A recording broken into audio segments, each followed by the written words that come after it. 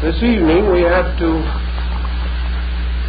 bring to a conclusion our study of the bodies of man, and therefore we want to aspire at least to a rather broad survey of this subject.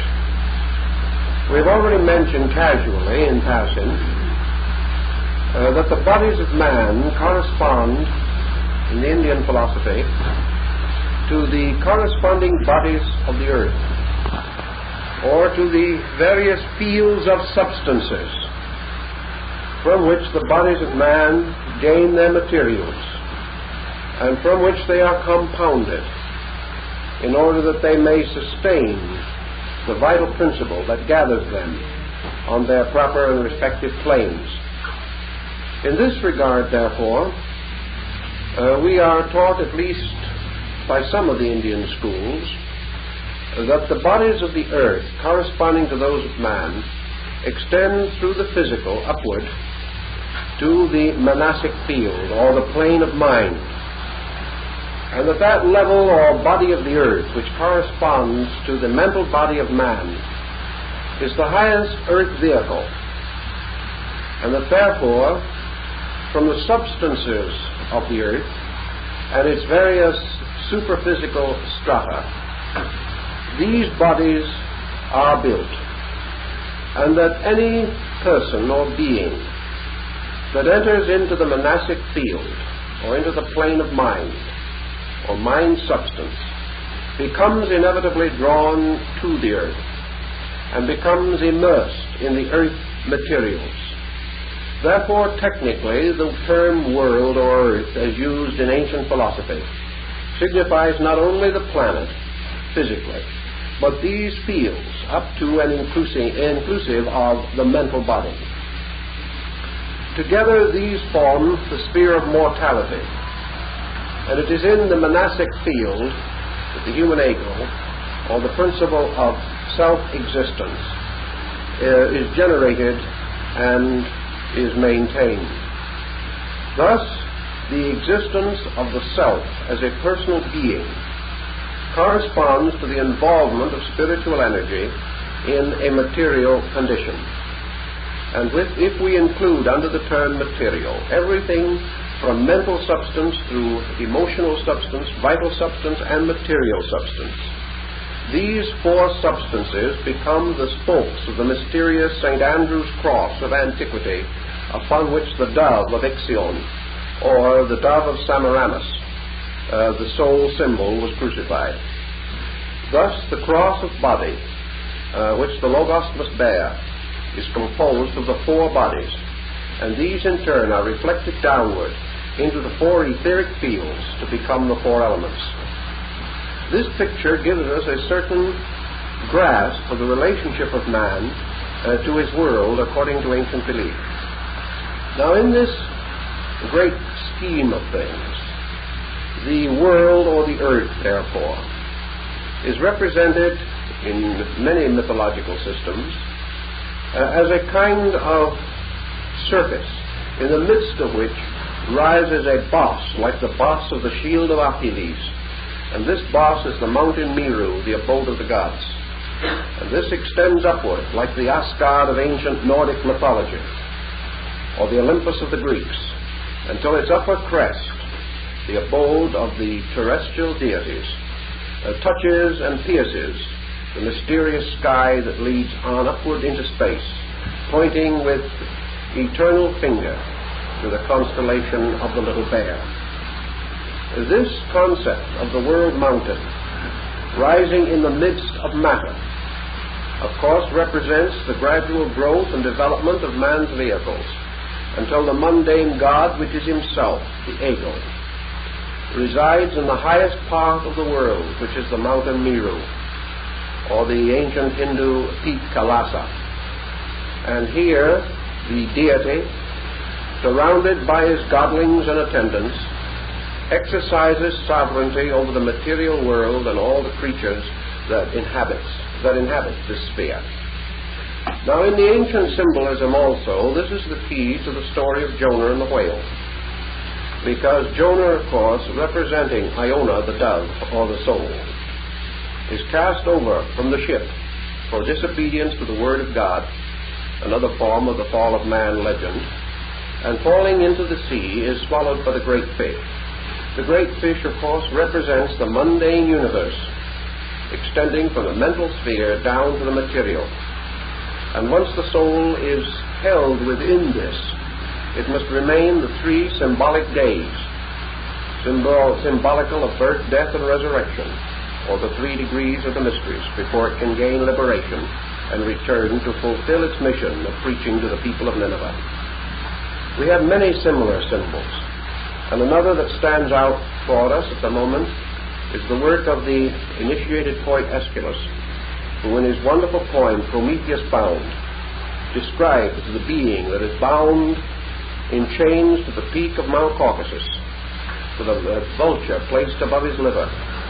Prometheus, the provider, the provincial or the providential one, the one who was sent, who brought mankind fire in a hollow reed, was punished for his audacity by being bound to the peak of this mountain, from which he was finally rescued by Hercules, who of course becomes the symbol of the solar Messiah. All these legends and stories have to do, therefore, not only with the abstractions of cosmogony, but also with the development and generation of man. And a recent Indian author, in his study of the Vedic gods, explains to us that all these deities have their correspondences in the visible or invisible parts of man's constitution, that they represent principles within him, the discovery and understanding of which will provide him with the necessary keys, not only to the unfolding of scriptural writings, but also to the regeneration of himself. All of this brings us then to the next step in our problem. We can recognize in Indian philosophy these 4 bodies, or rupas, forming a kind of chalice or cup, called the cup of Lethe, and those who drink of it forget forever their divine origin. This cup, or kreta, which receives into itself the blood of space, is also the Eucharistic cup and the cup of Gethsemane. It is the symbol of the involvement of life in form. And Christ asks that this cup be allowed to pass from him, but if not, the will of the Father be done, by means of which he implied death. And death was the ancient symbol of involvement in matter, for that is death which is buried within the mystery of body. Resurrection is therefore the restoration of the psychic or spiritual life of man from involvement in the chain of vehicles which constitute his personality and which arise from the seat of individuality within his mental nature. Now, if each of the planets then is said to have these bodies extending upward to the Arupa Manas, these planets also have their existence within the great field of the sun. And here we have the second part of our Indian philosophy. According to these people, the sun contains within its power 3 tremendous spheres or orders of energy, spiritual life or being. And these are called in Indian philosophy the Atma, the Buddhi, and the Manas. The highest of these fields is the field of pure life itself, the Atma, from which we have our word Acme, meaning superior, or that which is best. We also realize that of these 3 fields, the lowest, or the monastic field, becomes the theater of lesser development. Therefore, the unfoldment of planets takes place in the 3rd, or monastic field of the body of the Logos. And within this field, which is the beginning of embodiment, all of the lesser vehicles are gradually individualized. The monastic field, then, is the 3rd power of the Logos, or the 3rd person of the great trinity of energies. And in the ancient triad of consciousness, intelligence, and force, the monastic field represents the principle of force. If therefore, it be said that each of the planets only has certain vehicles or bodies ascending to the monastic field. The sun, or the solar power itself, the Logos, has the remaining vehicles which are necessary to complete the great septenary. Thus, in the ancient mythology, the higher vehicles of deity, or the higher bodies, Acme and Buddha, or Buddhi, are not peculiar to a planet, but constitute the common field of all planets. These, therefore, are a substance permeating individualized planetary evolutionary systems. And in the case of man, his monastic principle, his ego, is individualized. But if he transcends this or goes above it to a higher state of being, he is no longer within the sphere of body. Therefore, he passes into the collective psychic energy of the sun. Thus, man may have mental bodies individualized, but all men have the Buddhic sheath in common. In other words, we are now transcended the limitation of form, and we enter into the great field of light. To understand this perhaps a little better, I will try to make use of the famous symbolism used by the Egyptians, who described the universe by showing a transverse section of an onion. This represented a series of concentric rings. And in this system, Atme, or Atma, the supreme principle, is not in the center, but at the circumference. And the rings, as in the stories of the Kabbalah, diminish toward the center, forming a concatenation, like the rings of a bullseye target. The outer one, Atma, contains them all, and corresponds in man to the principle of the auric egg, or the final vehicle which contains all others. Buddhi is within this, and represents the great intuitional power of the Logos. Within this is the third, or monastic field, the world mind, within which gradually individualizes under the power of the so-called Cosmocrator, or the Zeus, the third power of deity. The mundane world and its diffusion comes into existence. Thus, each world contains all lesser than itself, and is contained in that which is superior to itself. Each of the planets with their vehicles, therefore, are suspended in the midst of this outer circle of bodies, which encloses them all, and in which they have a common sharing. Man, therefore, cannot actually build an individual or personal Buddhic sheath or vehicle, because the very principle of Buddhi, or soul illumination, corresponds not to an individual attainment, but of man reaching out toward universal re-identification. Thus, Buddhi represents, to a degree, the experience of cosmic consciousness, because in comparison to the planetary bodies, it is a cosmic body. More correctly, it is a solar body. Those who have attained it, therefore, are the sun heroes, or the solar men, the divine men and the immortal mortals. They correspond to the concept of the demigod, whose position is between heaven and earth. In the same symbolism, it is taught that from the principle of higher manas, or the higher mind, a bridge is built, a bridge upward towards that which is superior to itself, the experience of Buddhi. This bridge has been variously named and indicated, but it represents, of course, the seat of the universal soul in man, just as surely as his emotional nature represents the seat of the human soul. The universal or world soul is the Prometheus. It is also the Christos. It is the being which dies for the sin of the world. It is the symbol of illumination, which gives of itself for the redemption of the darkness below it.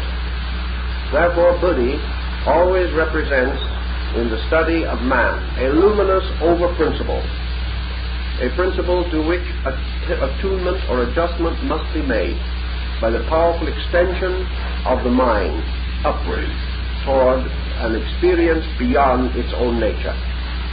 Actually, the mind can never grasp the Buddhic principle, for the reason, as we have told you before, no vehicle or no instrument can attain to the full comprehension of that which is superior to itself. Thus, as Buddhi represents also a paradisical world, a heavenly sphere beyond the state of mortal man, it is inevitable that mortal man cannot enter into it, and can experience it only in one of two ways. First, by the transcending of his own intellect, and secondly, by what is called in Christian theology the act of grace, or the descent of the Buddhic principle itself through its adepts, arhats, and messiahs. This relationship then means that the search for Buddhi as an experience within the life of man is the search for the universal within and behind the particular of human experience. The Indian philosophers tell us definitely that the only road that can possibly lead to Buddhi is a road inward, that man can never discover it around him or in space, but he can experience it within him at the root and substance of his own being. The principle of manas, or mind, particularly the egoic vortex of selfhood, represents, so to say, the tiny bridge or the tiny isthmus which connects the upper and lower halves of an hourglass. It represents the constriction between an upper and lower state. Man ascending to the mind therefore ascends to a focal point, and from this point, if he continues to rise, he expands as a being toward the universal. And this expansion from the particular, from the individual to that which is the root of individuality and transcends it, is called the mystical experience. Now, in Indian philosophy, the mystical experience always represents, through samadhi, or through one of its various terms and names, man's momentary apperception of the eternal.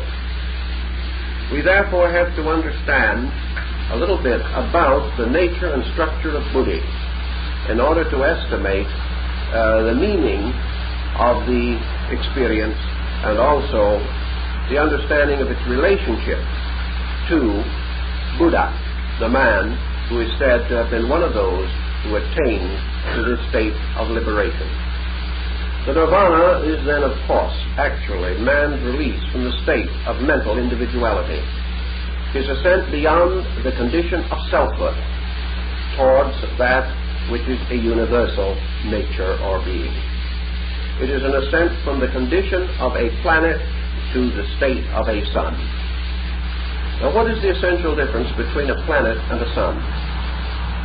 The essential difference in the Greek and Egyptian and Indian philosophy is that a sun is a giver of life, and a planet is an acceptor of life. Man, therefore, living in the four bodies, which he has come to at least abstractly recognize, is a receiver of life. Into him pours the energy of the universe. Through him is distributed the vitality of the sun, the moon, and the planets. Also through him pours the radiance and power of his own mental existence, the power of mind, the power of individual selfhood, which he has come to regard so highly. But man, for his sustaining and for his perpetuation, is forever dependent upon the world around him. He is dependent upon nature for the physical necessities of life. He is dependent upon the psychological structure of the planet, for the psychological sustenance which he needs for his survival. And he is dependent upon the mind of the planet, for the substances from which his own mental nature are generated. He is therefore forever a recipient, receiving, like the planets, from the sovereign bounty of the sun itself. The sun, however, is not a recipient, it is a bestower.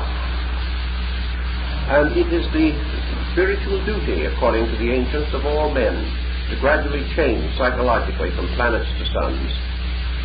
They must change from the state of receiving, from the state of dependence, to the state of giving, by means of which their own luminous light becomes the supporting power of other creatures. This great evolutionary motion, therefore, which they recognized, ends in sonship, either S-O-N or S-U-N, both of which have identically the same essential meaning, that they shall become radiant centers of life power. Now in the Vedas and in the sacred writings, particularly the Rig Veda, which is the earliest, and therefore deals with the worship of elements and prayers to the sun, the moon, and the stars, in these ancient writings, the power of the sun was not regarded as being directed upon any group, class, or kind. The sun warmed all equally. The sun that brought forth the grass from the earth, and it brought forth the life of man. The sun is forever bountiful, forever bestowing, nor does it hold its gifts, nor reserve them for any favored few. It is the universal benefactor. Therefore, man attaining to sonship attains to the condition of the universal benefactor. Considering no longer any of the limitations imposed by Manas, he must achieve to the state of consciousness which is represented by Buddhi itself. And this state of consciousness is that of eternal diffusion of soul power. Thus the person, the being, unable naturally to completely disentangle itself from matter, and being to a degree bound by the laws of physical generation, cannot become identical with Buddhi or the world soul. He can, however, become receptive and responsive to its power. As long as his bodies remain, he must assume a receptive attitude and thereby allow the world soul to move through him, because he is part of the vehicles that survive only through receptivity, through acceptance to their own natures. And he has, however, the power not only to accept, but to disseminate, to radiate, to release through his nature these powers which the universe allows to move into him and through him in the course of manifestation. The purificatory rites, therefore, of the ancient mysteries, Eastern and Western, were intended to cleanse the inside of the cup, to make the bodies of man suitable to be the channels of Buddhi. And just as in the Indian system the avatars, or the embodiments of God, take form and manifest in the world, so Buddhi, moving into manifestation through his purified disciples or instruments, is said to take form and to become incarnate in the regenerated creature. In fact, by this reason and circumstance, becomes a disciple or an instrument for the revelation of the Messianic mystery. Thus, in Christendom, we also have this principle of Buddhi, or the world soul, the one and first begotten of the Father, representing not only illumination as such, grace as such, but also embodying another attribute with which the ancients most frequently endowed it, and that attribute was the beautiful. Thus, the principle of pure beauty is Buddhi. The principle of uncontaminated beauty, the principle of absolute order, therefore, absolute perfection, absolute harmony and rhythm, absolute harmonious motion, and absolute harmonious sound. All of these attributes are related to Buddhi and represent the emergence or the manifestation of the ecstasy of beauty, which has always been associated with the rites and rituals of the Messianic tradition. Thus man becomes a channel for the pure beauty of God, and this pure beauty is a mysterious condition or substance, because the ancients regarded beauty not merely as a state, but as an energy, but as a principle and a power in life, for they refused to accept that anything which was of itself lifeless could produce life or change life. Beauty can produce life, and it does change life. Therefore, it must itself have a natural energy or power. It must be, as they called it, a blessed God. ruling with God over the universe. In the study of the Eastern philosophies, therefore, the essential ascent of man from the field of the monastic intellect to the Buddhic principle was through a series of projections or extensions of self. And these extensions of self were really not man forcing his way upward, but man achieving a peculiar kind of ascent through receptivity.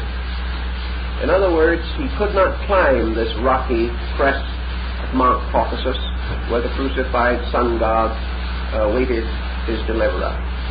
He was only able to become still within his own monastic field and experience the proximity of Buddhi. He experienced this as the great peace, or the magnificent realization, as a tremendous flowing of a water of light through himself. Therefore, Buddhi was also called the ocean which is above the firmament.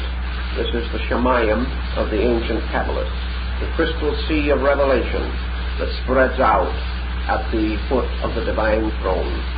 It is also the source of the fountains, and it is also the root of the mysterious tree that bears the 12 manner of fruit, which is for the healing of the nations.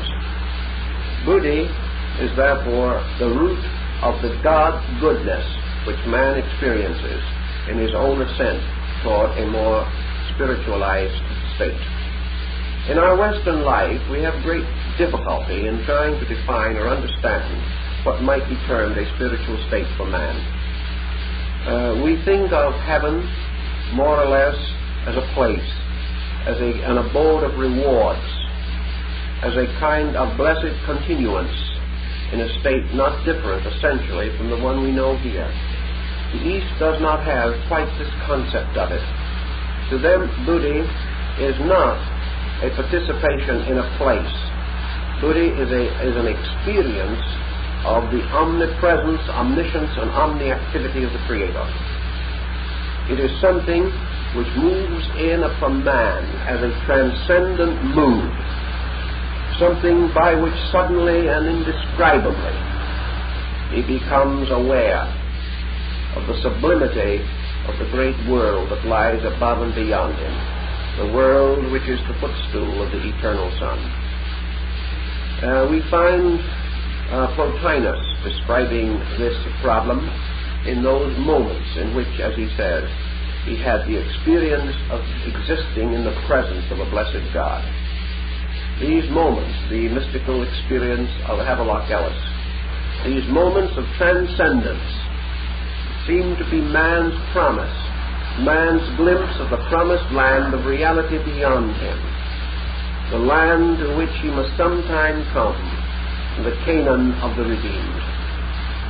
All of this undoubtedly contributed to the ancient discipline systems by which man sought to achieve a union or identity with the Buddhic power which enveloped him and within which he truly lived and moved and had his being. If then mind becomes capable of the knowledge of the good, which is its final experience, that which is above, within, and behind mind becomes capable of the experience of the beautiful, that is, of actual participation in pure sublimity. This pure sublimity is naturally beyond definition. We cannot tell what it is. We only know, as the Greeks said, that we languish for lack of it.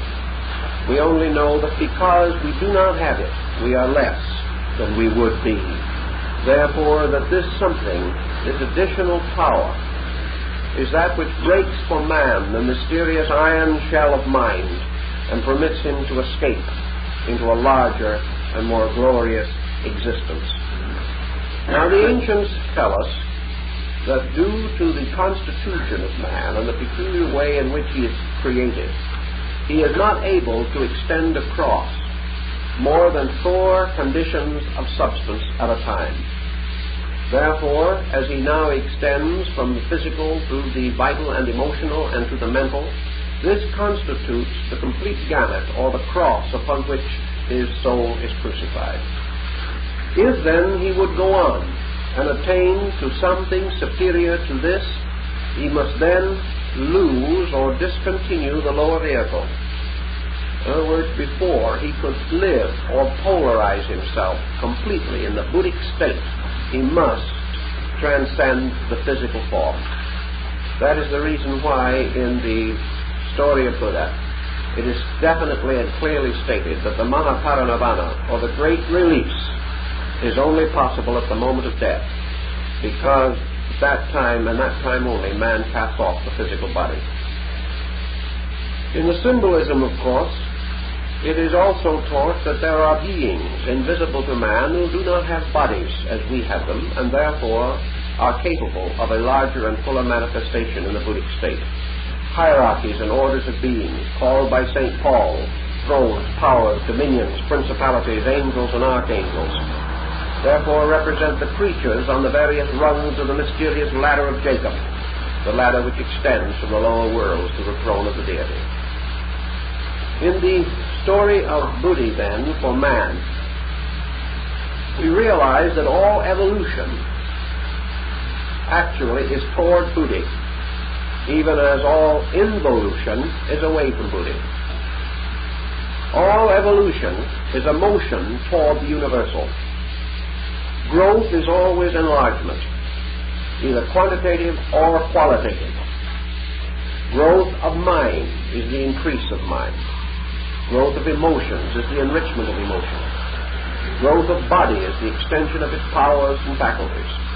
Always, therefore, evolution is a motion from limitation toward freedom. And in this great evolutionary motion which takes place in nature, this motion leads first from the material structure of man, upward and inward, through his vital, emotional, and mental natures, until finally he achieves the state of manas, or the state of man, which is an harmonious adjustment with the mental principle. Now, this is a bit optimistic, because on that basis we're not evolving quite as fast as we think we are. Actually, the word man implies that man is master of mind, whereas in practical experience the mind is usually master of the man. Instead of being able to control the mind or unfold its resources towards its essential purpose, man has become a servant of his own mental-emotional complex, and has therefore defeated the final victory which he is supposed to attain. Having made this somewhat serious error, man surrounds himself with the products of his own mistake. He therefore falls into a state of misery, misfortune, suffering, and comes under the dominion of the hindrances, as they are called by Buddha. All of these represent the punishments for the misuse of mental energy. And this misuse may extend into the arts and sciences and philosophies and religions. Wherever there is misuse, there is punishment. And this punishment is not inflicted by an arbitrary divinity, because the natural result of any activity is resident within the action itself. Therefore, nature simply punishes by consequences, by the natural and inevitable reaction of action. Man having theoretically, however, by evolution attained union with the mental principle, reaches the greatest degree of self-existence. On this level of self-existence, he must make the determinations by which his future destiny will be governed. In the Eastern systems as well as in the ancient systems, man attaining to the state of mind must then survey his world, survey his universe, examine outwardly and inwardly, and bring all things knowable to man under the dominion of man. And in this dominion there must be neither tyranny nor autocracy, neither abuse or misuse. For dominion in nature means always righteous rulership. And these things must occur, as is said in the book of Ruth, when the judges judged. This constant judgment by the mind is also the process described on the threshing floor. It is the dividing of the wheat from the chaff. It is the division of the sheep from the goats. It is man gradually coming to the right decision of that which is proper, necessary, and useful for man. This decision, when attained, results in the life of virtue. And without the life of virtue, man cannot proceed any further in his quest for the overself. Always, therefore, each vehicle must be mastered before man can pass on to the next. And this is one of the difficulties that we have so often in religion, particularly in some of our more so-called progressive religious movements. The failure to realize that growth is through mastery and not through escape. That the individual cannot transcend any vehicle, power, principle, or energy within himself except through mastery. Now, we do not mean by mastery any mystical or mysterious term. We mean the simple problem of attaining to the right use of an energy, a power, or a faculty.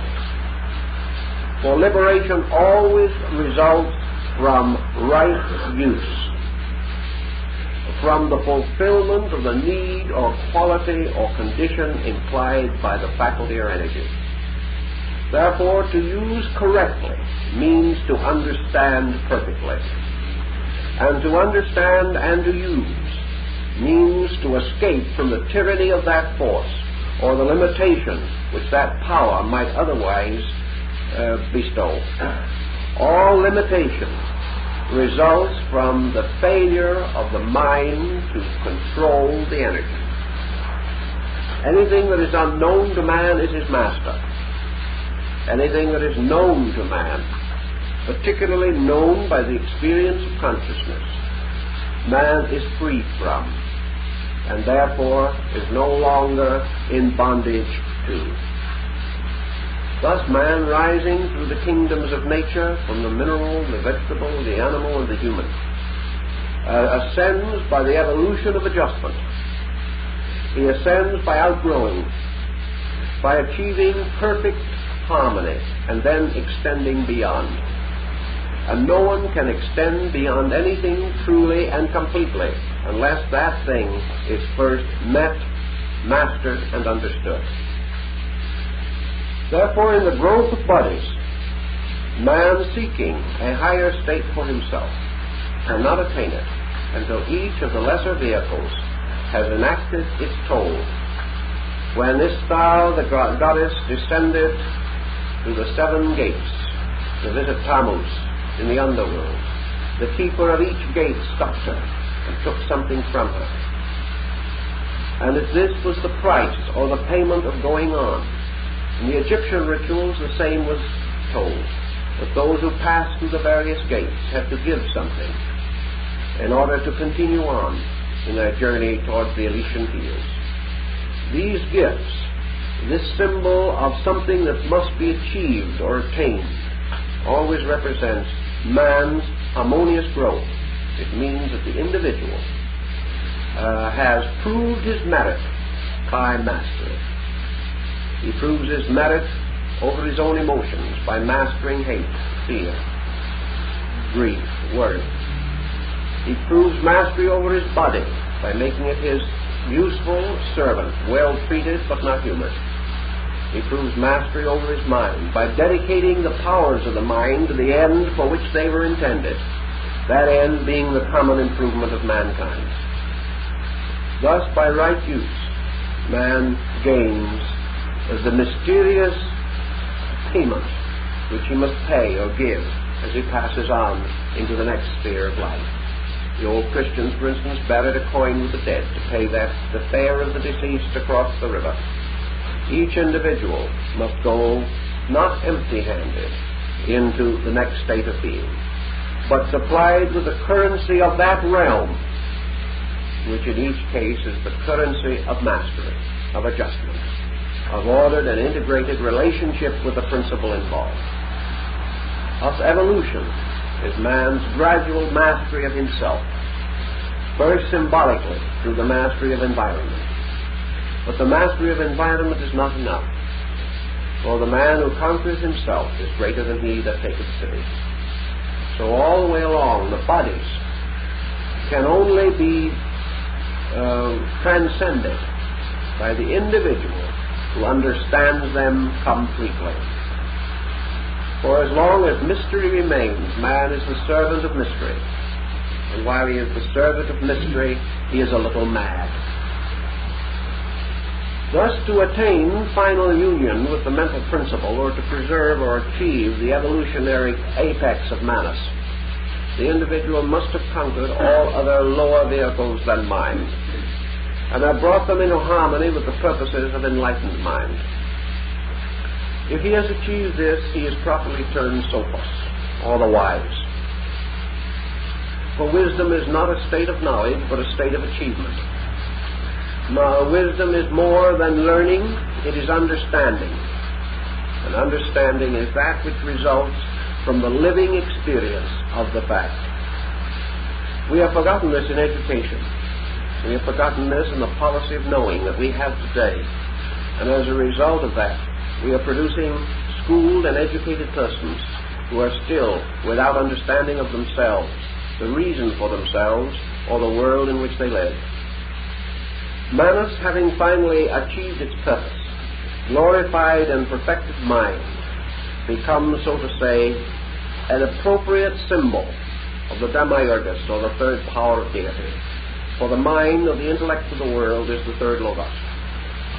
And this power is the mysterious leader, the sage, the ancient Merlin, the archetypal principle of the wise man, the universal Plato, the universal Socrates.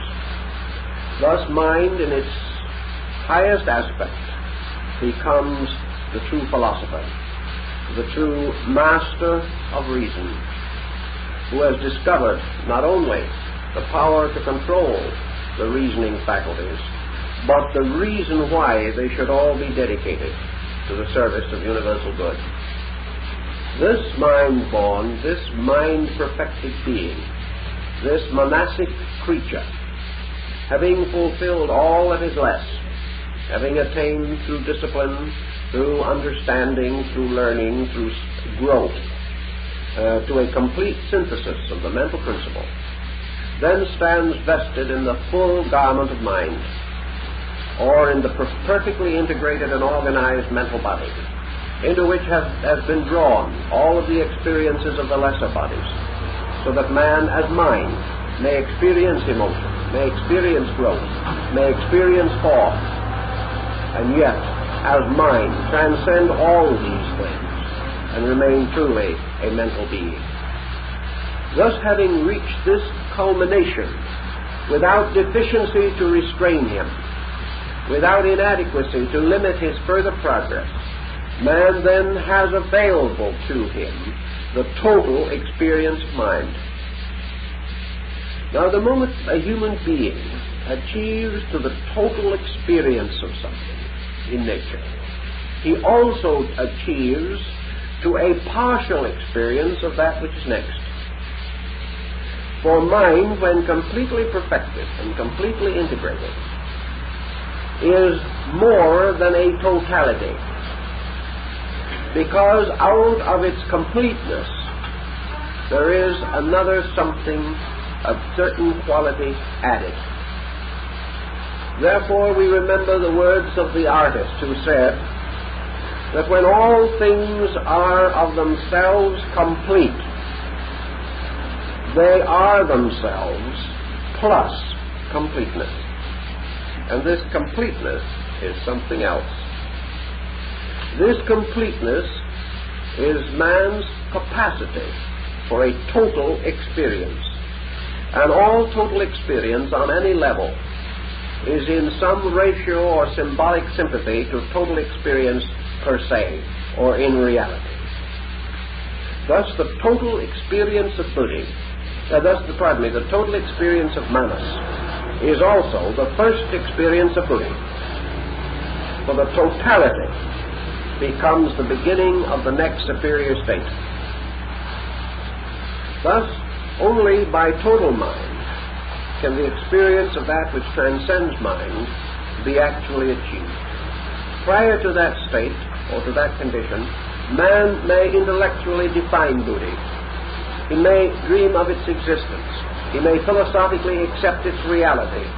He may attempt to postulate its condition and even its attributes and phases.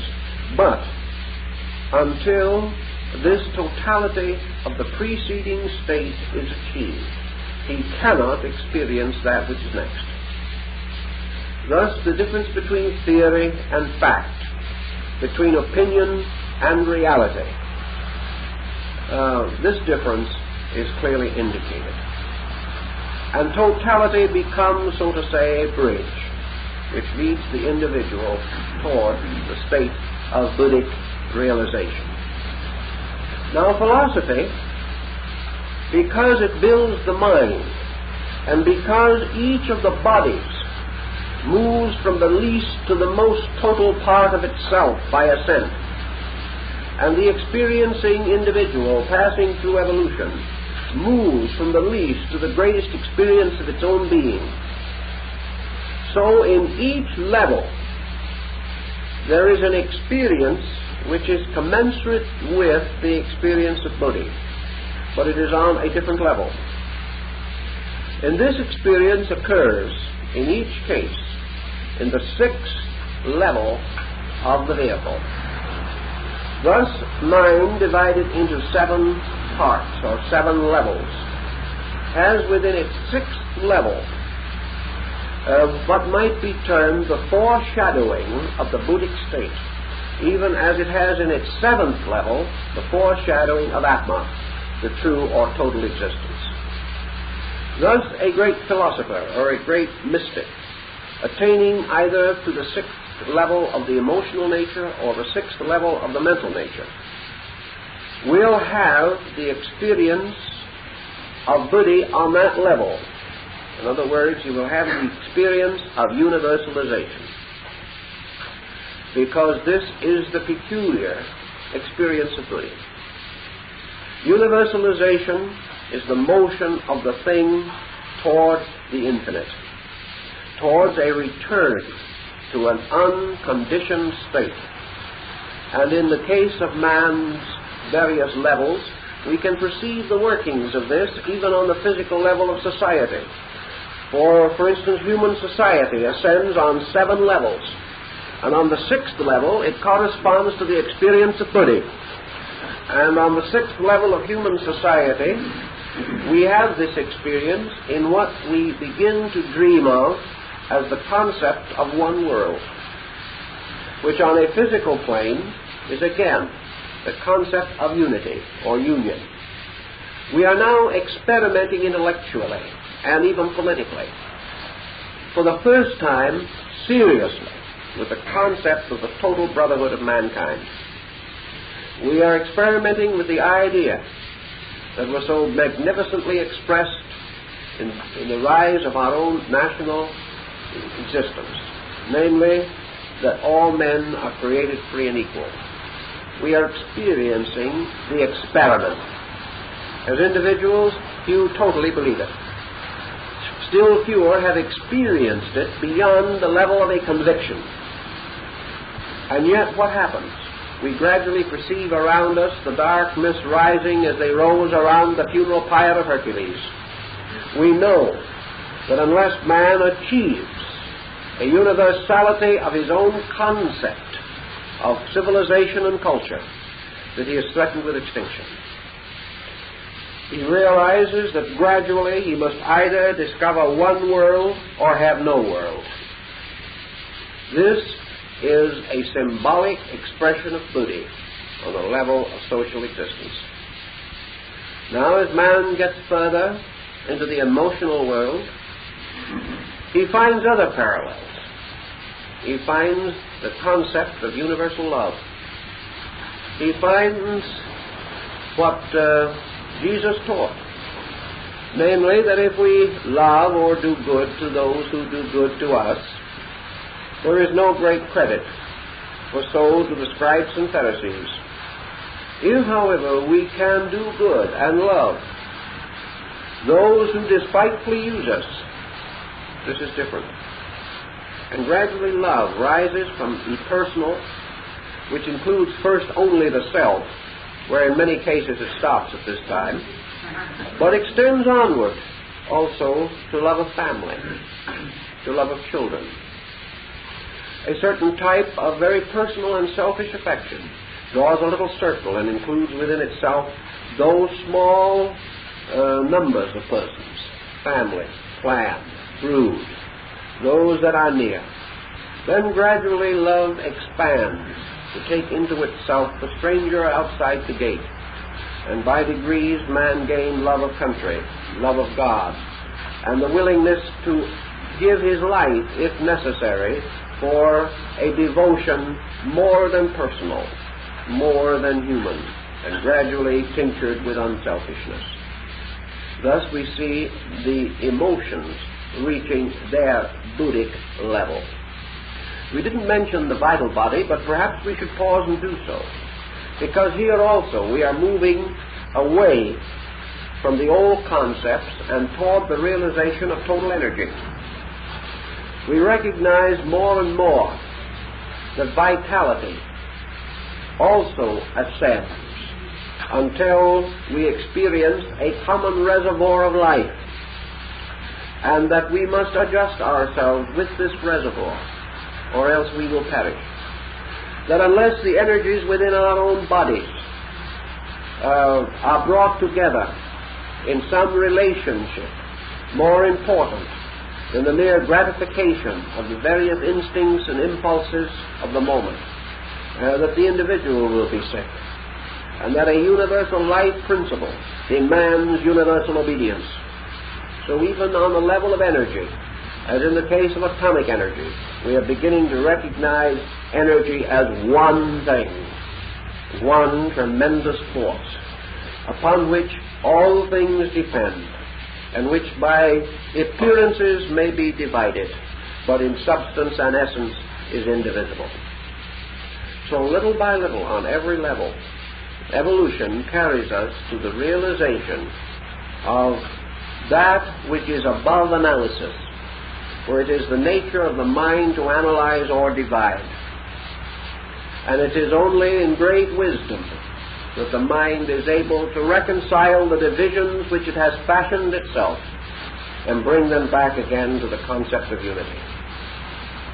So as we ascend, we come in every level to the significance of Buddha, and in the most practical and purposeful levels of our physical endeavor, we learn of the importance of unity in industry, unity in trades and professions and crafts. Trade unions are formed, associations created, in order to have mutual protective movements of all kinds. The experience that each must work with the other for the common good.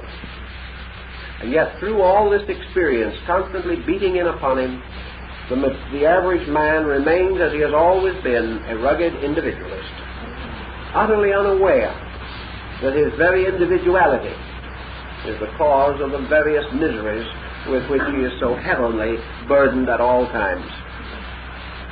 So all these things are shadows of Buddha, the long shadow of the wing of the eternal. And everywhere the lesson is the same, that we must gradually outgrow division, that we must outgrow separateness, and strangely and wonderfully enough, we must outgrow this peculiar sense that strength is our own. We can no longer depend upon this rugged strength within us, this strength which is peculiarly personal.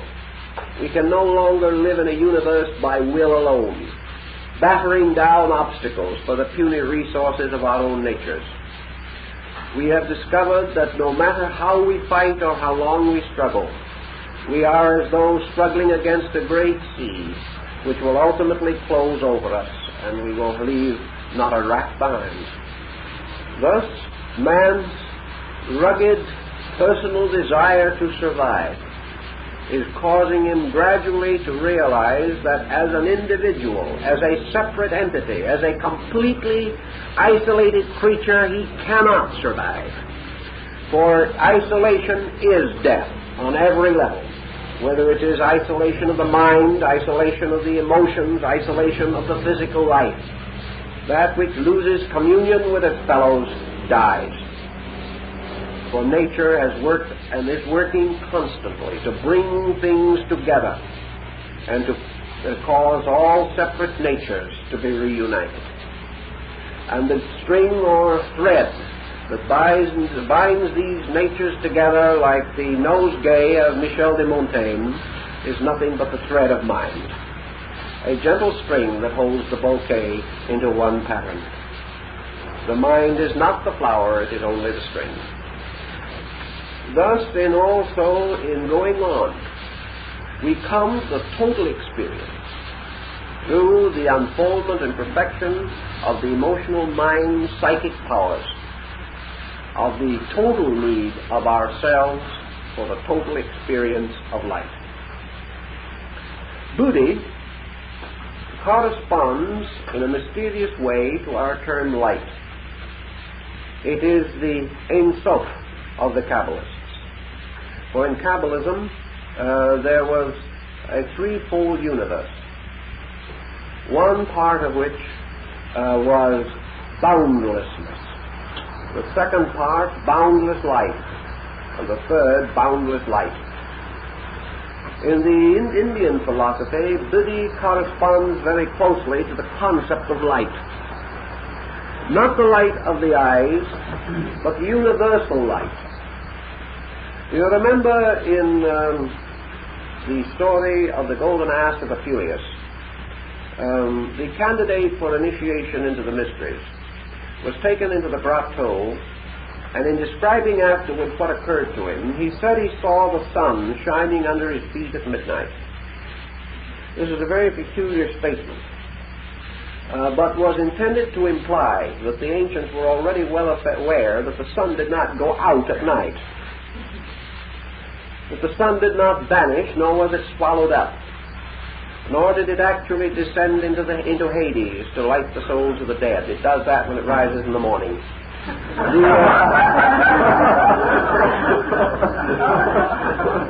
The sun forever shines. But what we call day and night are due to the mechanical processes and the motions of the earth. Therefore, what we call light and darkness are not due to changings within space itself, but in relationships between light and form. And while form imposes itself between light and light, then there is darkness. But when form no longer imposes itself, the eternal sun can be seen at midnight as easily as in the middle of the day, according to the old Greeks. This concept of Buddhi, therefore, is a kind of living light. It is the kind of light that permeates all things with the quality of making everything visible. Everything that is revealed in its true and natural condition. Confronted with a mysterious and difficult problem, and he finds the solution, he may cry out, "I see the answer. I see it all now." But he is not speaking of anything that he visibly sees with his eyes. He means that he sees with his mind, that some kind of light has been shed upon the inward part of himself, by which things previously invisible have become visible or tangible to him, like an idea that suddenly bursts upon him with a kind of internal rational luminosity. The light of the mind is the light by which things are seen through the reflecting power of the mental instrument. The light of the mind, therefore, must involve the passing of the truth through an instrument which has in the center and seat of itself the principle of ego. Thus, truth seen by the mind is truth censored by the ego. The immediate instinctive reaction is by the ego. What does this mean to me? How can I use it? How can I understand it? How can I apply it? How can I find some method by which my own destiny is advanced? Always everything is in the terms of I-ness or self-centeredness. The mind cannot, therefore, of its own nature and substance, actually experience the nature of truth or the nature of the light of Buddhi. By its own very substance, the mind is the final barrier to the true experience. Because one of the things that Buddhi knows, or Buddhi reveals, is the fallacy of the self trying to know. Buddhi, corresponding as it does to the light of the Logos, represents the spiritual faculty of universal apperception possessed by the solar deity. This faculty was described anciently as azonic. In other words, this faculty was the faculty to know, to apperceive, to experience with total factuality in any place, at any time, and at all times.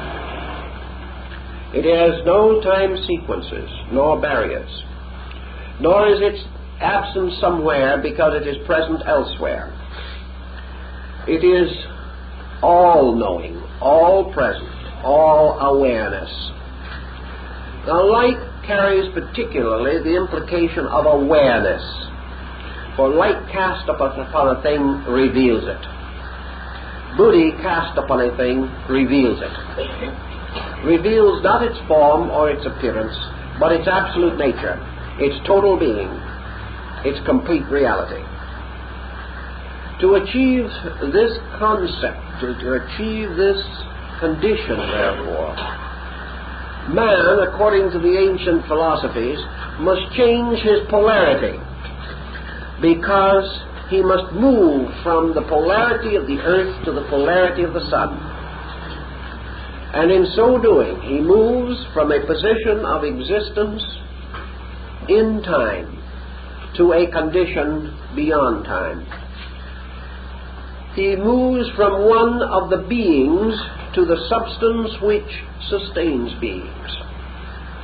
He therefore moves from self-awareness to not self-participation in absolute awareness. As we have said, the terms are hopelessly inadequate. There is no way by which we can fully experience or describe through words that which is by its own nature and substance obviously and inevitably beyond words. So what we have is a series of symbolical allusions, or accounts, stories, usually reserved to us in the sacred writings of the world. Stories which in themselves seem fabulous and incredible, and might be so if literally taken. But if understood for their inner content, they attempt to portray to us that which we cannot immediately understand. Buddhi in the old Kabbalistic mysteries was called the Merkava, or the chariot of righteousness. It is the mysterious chariot described in the vision of Ezekiel, that is filled with eyes and of wheels, and in the midst of which rides the mysterious white-robed figure of the Logos. In Muslim mysticism, the Merkava is the prayer rug, the mat upon which the mystic kneels, and which is the symbol of the temple. In the ancient Jewish rituals, according to the Great Assembly, the Temple of Solomon was the Merkava, or the miniature of the temple in heaven, the temple of righteousness. And in all of these analogies, we have some references or intimations of the nature of this mysterious power, the great Buddhi illuminating agent, which is also referred to in the old writings as the Archangel Michael, the secret God of Israel. This mysterious luminous power which overthrows the hosts of darkness, this psychopompus of the army of the Lord, who cast down Satan and his legions for self-pride, represents the struggle between universal soul and mind. The struggle of mind to usurp the power of soul. Not now human soul or mortal soul, but the world soul, the mysterious soul of God, which is the light of Buddhi. This soul, of course, is also the grace, the mysterious medicine of the wise.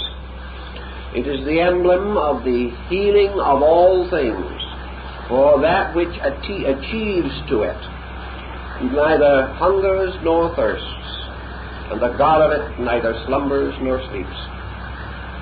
It is thus pure light as pure truth, and it fills all space, and it is the end of the quest, the mysterious search of man for the state of substantial spiritual reality.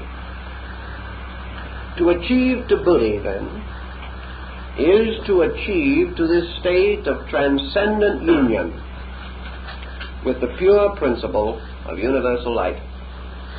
Now, when this principle is experienced, even as the fringe of its vestment passes across the soul of man, the passing even experience of this, therefore, is entirely different and almost completely reverse of the experience of mind. Truth is not known by cognition as we know this term.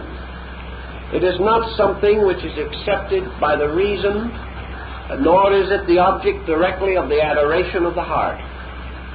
The knowledge of it, the apperception of it, the capacity to experience it involve faculties that man does not at the present time know that he possesses, although under certain and exceptional circumstances he may have flashes or momentary participations in the fringe of this state of existence. If man, then, is in the presence of an instrument of cognition by which the pure substance of essential light, not light as color, not light as visible luminosity, but light as the complete revelation of the substance of things. To achieve this, what is man's appropriate faculty? How can man do this? According to the Hindus, it is necessary to study a little bit of cosmogony in order to understand this point more clearly. Man's mental existence, the monastic principle with which he functions, is something which was not essentially, originally, part of his own nature. Had man been mind-born truly, and could he ascend by substance and essence no more than mind, he could never escape. For man could never create an existence superior to his own totality. But according to all the great religions, man was not born of Manas. Man was a spirit, a divine being, created in the substance of the first Logos, and thereby composed of an eternal substance. Thus man possesses in potency, and even today we recognize vestiges of it, the capacity for a spiritual existence.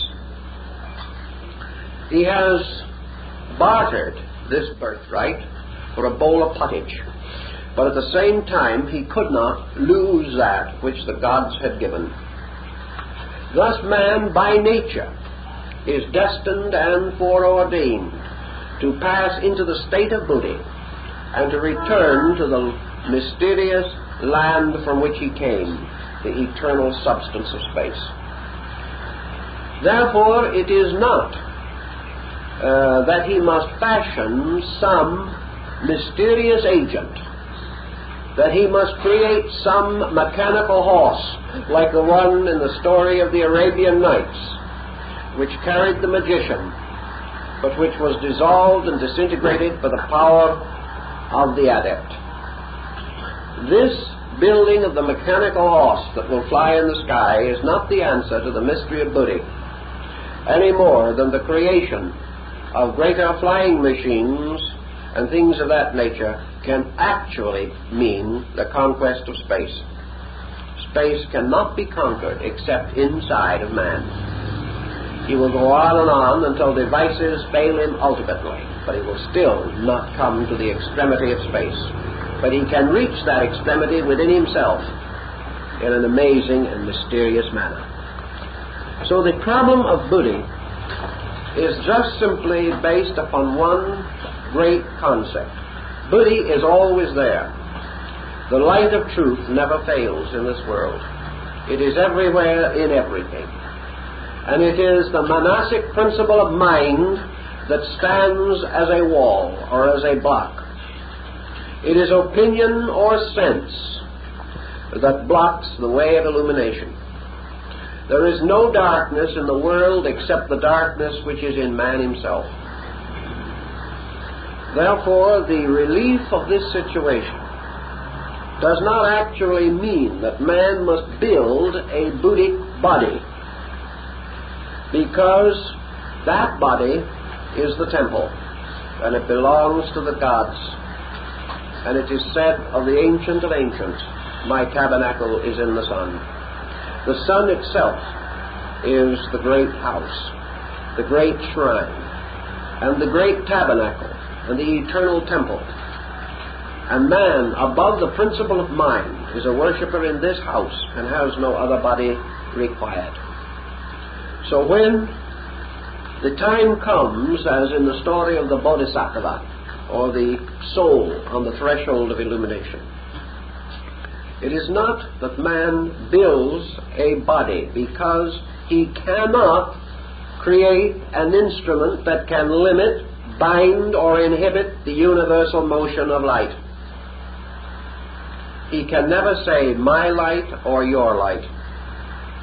He can never fashion a house for himself out of that which by its own nature is universal and indivisible. He can never subdivide the sphere of light and create a little homestead here and there for himself. He can do these things in the world of matter up to the level of mind, but he cannot on the Buddhic level. Then the answer is the same as it has always been, and the Eastern mystic has long traversed the path of union. And that is that the only way in which Buddhi can be known is by the gradual reduction of that which is not Buddhi. As the darkness is taken from the window pane, the light shines through. You add nothing. You take away that which is not so. And that which remains when all error is removed is truth. It neither requires defense nor support. It cannot conquer, nor can it be conquered. And man cannot wrestle with it as Jacob wrestled with the angel. The actual problem is always the same, namely that man achieves Buddhi by the elimination of the vortex or focus of self-awareness. Because that which is universal cannot function through that which is not universal. It may be present, and it may, through certain of its attributes and forces, enlighten and vitalize the lower vehicles of man, and Buddhi does. But it can never blaze forth in its sovereign splendor until man himself removes the obstacle. And the obstacle from the beginning of time, the stumbling block unto the flesh, is selfhood, man's sense of his own identity. As long as he is himself, he hopes he will be nothing less, but he has not learned that he can be nothing more, and that is his limitation. In sacrificing that which is less, he has set a standard, his own selfhood, and in keeping that standard, he is forced to die defending it. Buddhi increases or becomes knowable or cognizable to the human being to the degree that that which is less than Buddhi no longer dominates the compound. While the individual says, mine or thine, that which is superior to mine or thine has no possibility of manifestation. And Buddhi is superior. While the individual says, I live and I die, eternity has no opportunity of expressing itself. While the individual says, this is good and this is bad, reality cannot be manifested. Thus all these qualifications which arise in mind are, through philosophy, which is the final tincturing of the mind with its own total capacity, these are gradually resolved. It is said that the wise man does not fear death, nor poverty, nor shame, because as long as he is true to himself, he can live with a good hope. It is therefore a step in this direction. But the most difficult step of all is for the wise man to get over his own wisdom. This is the impossible step, unless in the very accumulation of wisdom the truly wise man has realized both its advantages and its limitations, and is able therefore to use its advantages and also, when the moment arises, transcend its limitations. Self-attachment, like the addiction to any belief, leaves the individual deprived of other beliefs and other attachments. The moment we possess, we lose participation in the universal. The moment we hate one, we lose the sense of universal love. Thus every universal thing is destroyed by particular things, and every universal thing is revealed as man gradually releases himself from the dogmatism of particulars. Buddhi then remains as a great sea or a mysterious, unlimited ocean of light, into which man casts himself by the voluntary extinction of his own personality, of his own personal requirements and desires. The old neophyte entering the temple was asked what he sought, and his answer was light. This light is Buddhi. This is the light of the world. This is the light that lighteth every man that cometh into the world. This is the Logos, the Redeemer. And none shall enter or approach the Father, Atma, except through the Son, which is Buddhi. This is therefore the universal Christ, which, if it be lifted up, shall draw all things unto it. This concept, therefore, leads inevitably and naturally to man's only possible approach to the mystery, which is not loaded and burdened with his own arrogance. Anyone who would seek to enter the sheepfold except by the proper door, the same as a thief and a robber.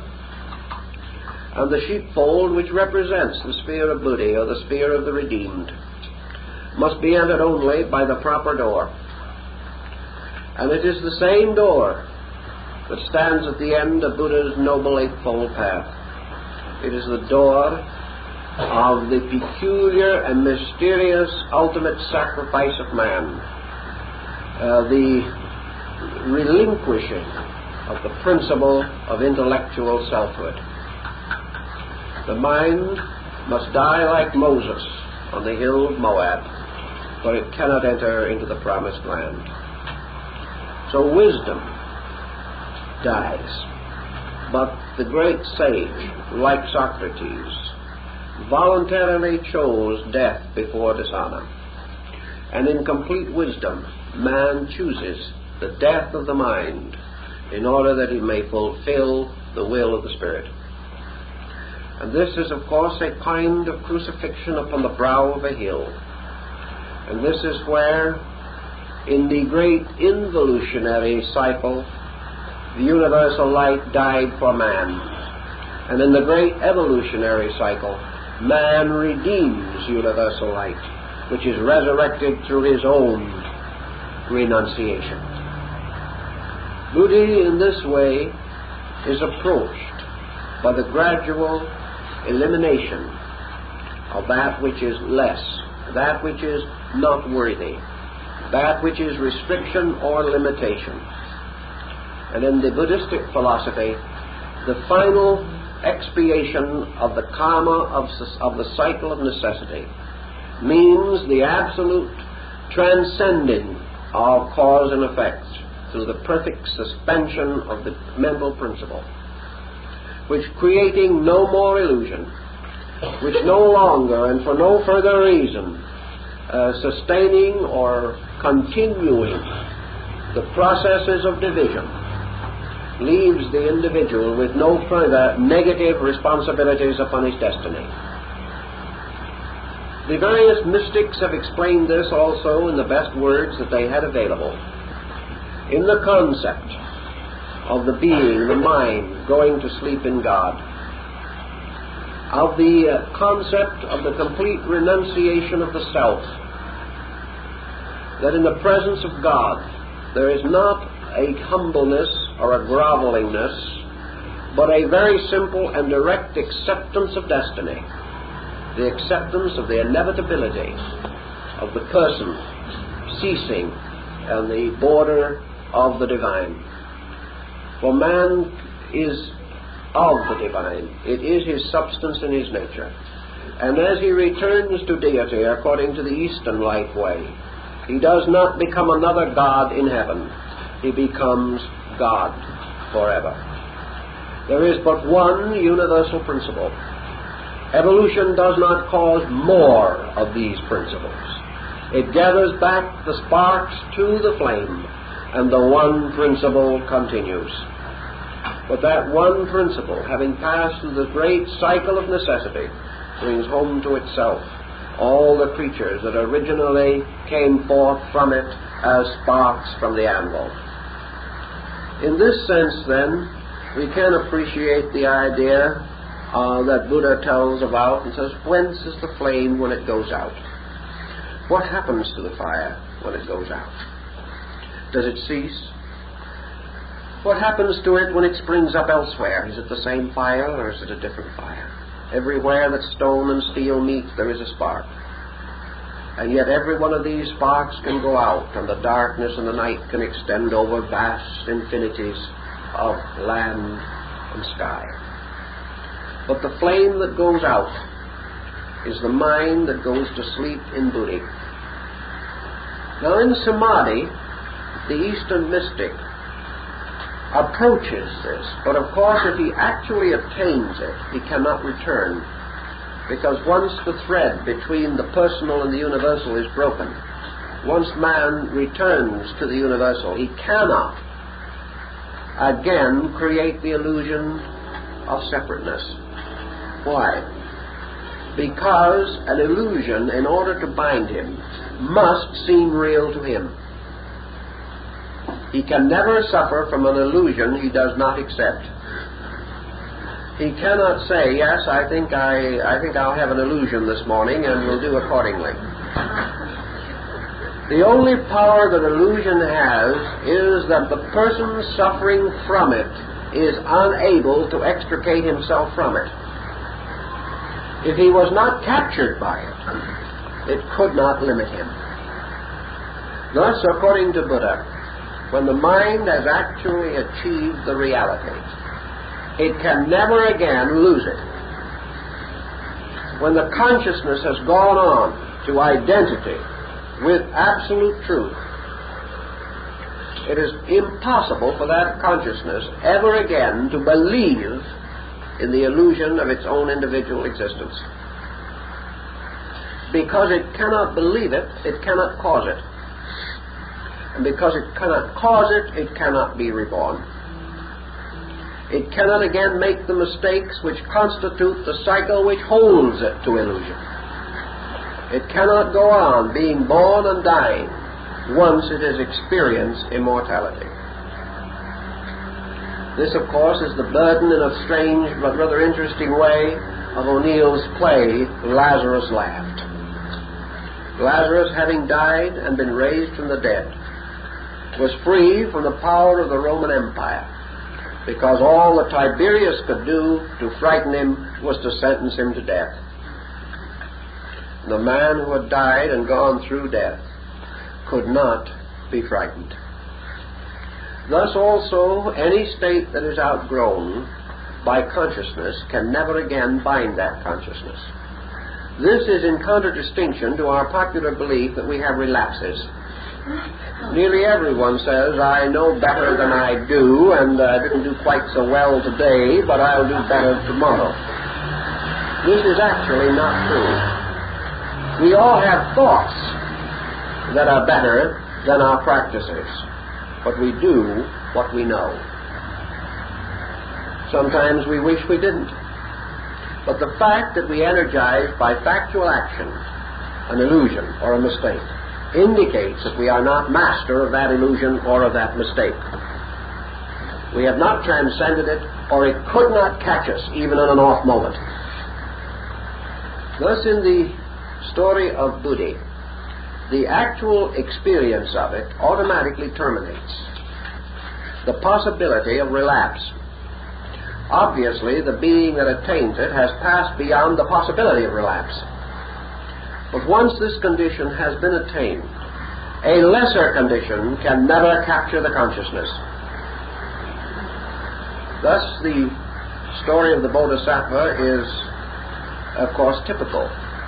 In the Mahayana school of Northern Buddhism, some of the Bodhisattvas, or those who are standing upon the threshold of the great release, pause to consider the possibility of either going on to that which is eternal, or else to come back and become ministers to the needs of their fellow men. And if the Bodhisattva makes the great renunciation and returns as the world teacher, or as a great saint, or sage, or arhat, he must do so by preserving one thread of his ancient karma. He must still have an illusion. There must be one mystery that he has not solved. There must be one renunciation that he has not made. Otherwise he cannot come back. Therefore the Bodhisattva is on the verge of perfection, but he keeps one ancient fault in order that he may still mingle with men and believe it. Otherwise he cannot do so. I think, however, that the somewhat prevalent opinion that we are all voluntarily holding on to one fault for that reason is somewhat exaggerated. I didn't take it too serious. Buddha tells us the same thing. That through the long years of his ministry he was paying the karma, and that finally under the Sala tree, where he entered the nirvana, he committed or performed the last act of karma. He paid his last debt, and in so doing broke the cord that bound him to illusion. For that reason it is said that he entered the Mahaparinirvana, but only after he had given 700 lives to the teaching of his fellow men.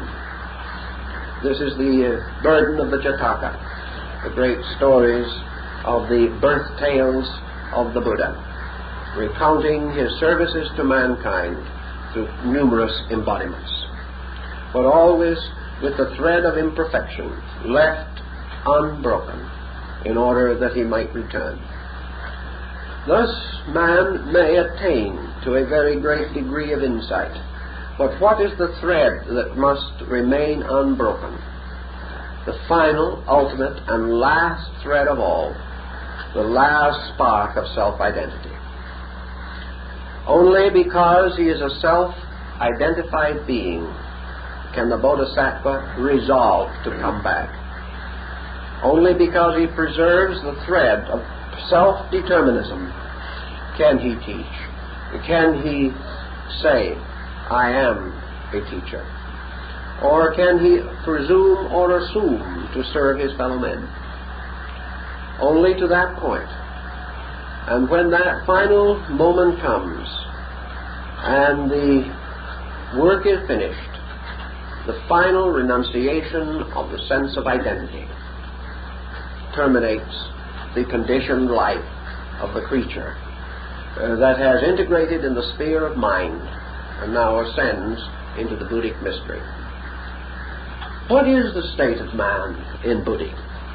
This is something that has been often asked, because in the Eastern tradition certainly there is a small stream of souls passing into Buddhi, very slowly, very few, but through the ages some have gone on, and such is the account of them that we have in the sacred writings of all people. There are souls that have returned to their own far distant native land. What then is the state of them? I think Buddha gives us some hint of it. I think in the Christian mystery there is also a very definite hint of it. Buddha tells his disciples that he will be with them forever. And Christ tells his disciples, "Lo, I will be with you always, even unto the end of the world." The Buddhist metaphysics and the Hindu also point out that one of the attributes of Buddhi is omnipresence. In other words, that which becomes one with the universal light sacrifices a conditioned existence in time and place for an eternal abidance in light. That in some way the great ones who have gone home live on forever in light, not visible light, but the light of the soul. And they who taught men from the light of their minds and their hearts, so that men gathered about them as they gathered at the feet of Buddha or Jesus, receive the light of the teacher from without. But after the illumination or the tremendous achievement of the freedom in Buddhi, the life and the light of the teacher flows in the world, coming through the world. And as the Mahayanists also point out, the seed of Buddha is planted in every soul that exists in space as part of the omnipotence. And the great illumined ones become the ever-strengthening power of release within the souls of men, strengthening the resolution, the will, and the determination to make the great achievement, so that those who came first to men ultimately come through men as part of the great life of the soul of the world. Thus we find in Eastern images the innumerable rays of the solar disk, each terminating in one of the meditating forms of the Buddha, the light of the world, like the mysterious loving hands upon the solar disk of Akhenaten in Egypt, hands forever raising, hands from the universality of things, so that the good mind and the good teacher live on forever in the simple goodness of the light. Thus Buddha and the Hindus also tell us that no man is good. Jesus says the same thing, only the Father is good. Therefore man does not in the Buddhi achieve to a state of being good. He achieves real reunion with goodness. He is not good, he is goodness. He returns to the universal fact. He becomes part of the power which he has sought to emulate. He has tried to be good because goodness exists. And he ascends from trying to be good to reunion with the ever-existent goodness itself. Therefore, in the Hindu, man does not become a god, he becomes God. He becomes not another deity in a firmament of gods. He becomes one with the eternal Atma, the being that is, was, and ever shall be. And beyond Buddhi, which is this strange and exalted sheath of overconsciousness, lies the great silence, the Sabbath of the Lord, which is Atma itself. Atma, that which transcends the beautiful and the good, that which finally in its total existence is being itself, going on forever in the pure quality of its own nature. For as Buddhi is light, or the saving power of being, so being itself is life, the moving power behind light and existence. Life forever. Life sustaining, maintaining, unfolding all things, but remaining itself forever the hidden and recondite root of existence. Of this even the greatest sages have had nothing to say, other than that it is, that it ever shall be, and that its firstborn is light, and that by this light all men who come into the world receive the right of emancipation, the right to go home to the light, to be one with it, by first practicing its ways and finally achieving identity with its substance. If then we can understand the light of Buddhi in a little different term than our familiar way of light, we can also say that as a man entering a dark room turns on the light and suddenly sees every part of that room, so man of mind, living in the darkness of his own intellectual limitation, receiving into himself the light of Buddhi, suddenly becomes aware in all parts of his nature and being of the total mystery, the total meaning, the total purpose of existence. Until then he hopes, believes, and fears. He sees as through a glass darkly, but then face to face. And in this mysterious and wonderful experience, which is prefigured and foretold by the visions and dreams of the saints and mystics, and by the subtle experiences within man himself, something of the coming destiny is foretold to him. Something becomes mystically knowable by him. And in this way, he is lured on as the moth to the flame. He goes on to the light, because in his own nature it is his destiny. He cannot escape it. But in his final act of acceptance, he must make the voluntary sacrifice of that which is not light. And this is the hardest thing we have to do everywhere in the world. Love is not merely affection, it is the voluntary relinquishment of hate. Truth is not only knowledge, it is the total relinquishment of error. And that which remains always, when that which is not so is removed, is that which is eternally true. So man is forever moving veils from his face, and he is learning to recognize that the error is in him, and that the only place it was born was in him, and the only place that it can die is in him. And that if he would achieve the great light, he must follow the instructions of the Gita, where he must take the sword of quick detachment and cut low the snaky branches of the tree of mind.